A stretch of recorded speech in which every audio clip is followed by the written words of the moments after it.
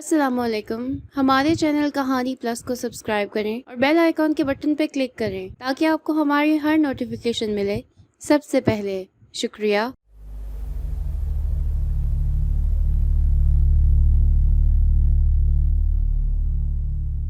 ہوا کے دوش پہ لہراتی ہوئی آواز بیاباں میں سنائی دی. جن لوگوں نے اللہ پر بھروسہ کیا اور اللہ کا نام لیتے رہے انہیں کوئی شیطانی طاقت ذرہ برابر بھی گزن نہیں پہنچا سکی.